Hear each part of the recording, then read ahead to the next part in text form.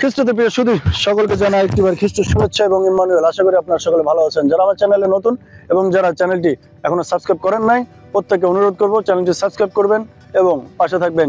এবং যারা আমার ভিডিওটা দেখছেন সকলকে জানাই খ্রিস্ট শুভেচ্ছা। আজকে আমি একটি বিষয় আপনাদের সাথে আলোচনা করতে চাই, সেটা হচ্ছে পবিত্র বাইবেল থেকে বিধবার দুটি শিখি।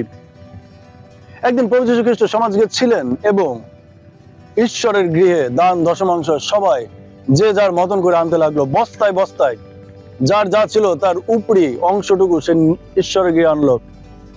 ঠিক তখনই একজন বিধবা, খুবই অসহায় দরিদ্র একজন বিধবা, তিনি তার দুটো শিখি সেখানে দিলেন। পবিত্র বাইবেল বলছে সেই দুটো শিখি সেই বিধবার সম্পদ ছিল, আর কিচ্ছু ছিল না।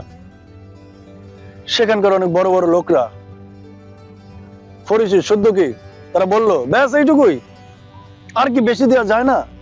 তখন প্রভু যীশু খ্রিস্ট সকলের সামনে তিনি উচ্চ স্বরে বললেন, সে যা দিয়েছে সবার চেয়ে বেশি দিয়েছে। কেননা তার যা ছিল সম্পূর্ণটুকুই সে দিয়ে দিয়েছে।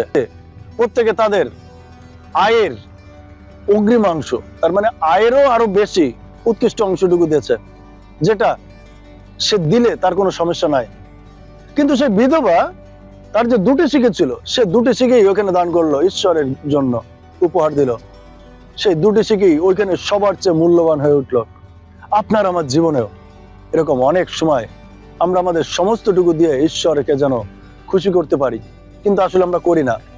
আমরা 10 টাকা 5 টাকা এমনকি ময়লা নোট আমরা পর্যন্ত ঈশ্বরে গিয়ে দিই। কিন্তু খ্রিস্টদের প্রিয় শুধু আপনি মনে রাখুন, ঈশ্বরের টাকা পয়সার কোনো অভাব নাই। এই সমস্ত পৃথিবীর মালিক যিনি, এই যে পিছনে দেখছেন বঙ্গোপসাগর, এটারও মালিক তিনি। আপনার আমার সমস্ত কিছু মালিক তিনি, এই ভূমণ্ডলের মালিক তিনি। তার টাকার কোনো অভাব নাই। কিন্তু তিনি আপনার হৃদয়কে দেখেন, যে আপনার হৃদয় কতটুকু প্রভুর জন্য উদার করে দেন।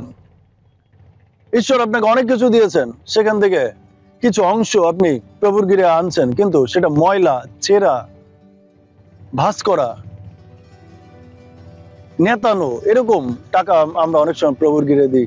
কিন্তু সেই বিধবা তার দুটো শিখি সম্পূর্ণটুকু ঈশ্বরের গৃহে দিয়েছিল, কিন্তু আমরা আসলে দিতে পারি না।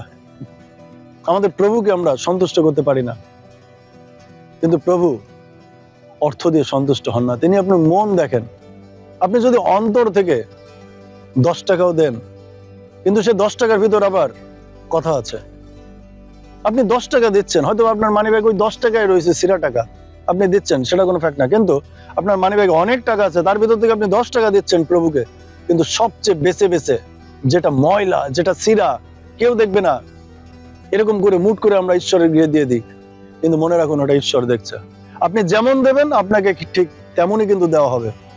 মালাকি পুস্তকে বলছে, মালাকি 4 অধ্যায়ে আপনি যদি 7 থেকে দেখেন, ঈশ্বর বলছেন, তোমরা আমাকে পরীক্ষা করো, দাও, তাহলে তোমাদেরকেও দেওয়া যাবে। চাপাইয়া ঝাঁকাইয়া উপচিয়া পরিবার মতন তোমাদের অবস্থা হবে। ঈশ্বর এমন দেবেন, তিনি আমাদেরকে অপরিমেয় আশীর্বাদ করবেন। এটা ঈশ্বর বলছেন যে তুমি আমাকে পরীক্ষা করে দেখো। সুতরাং আমরা যেন ঈশ্বরকে পরীক্ষা না করি, কিন্তু আমরা যেন হৃষ্ট চিত্ত মন থেকে যেন আমরা প্রভুকে যেন প্রভুর গৃহে যেন আনি। দশমাংশ দান উপহার যেন প্রভুর গৃহের খাদ্যের অভাব না থাকে। ঈশ্বর আপনাদের প্রত্যেকে আশীর্বাদ করুক। আমার চ্যানেলটি ভালো লাগলে অবশ্যই চ্যানেলটি সাবস্ক্রাইব করবেন এবং ফেসবুকে যারা দেখছেন অবশ্যই ফলো করে পাশে থাকবেন। ইম্মানুয়েল।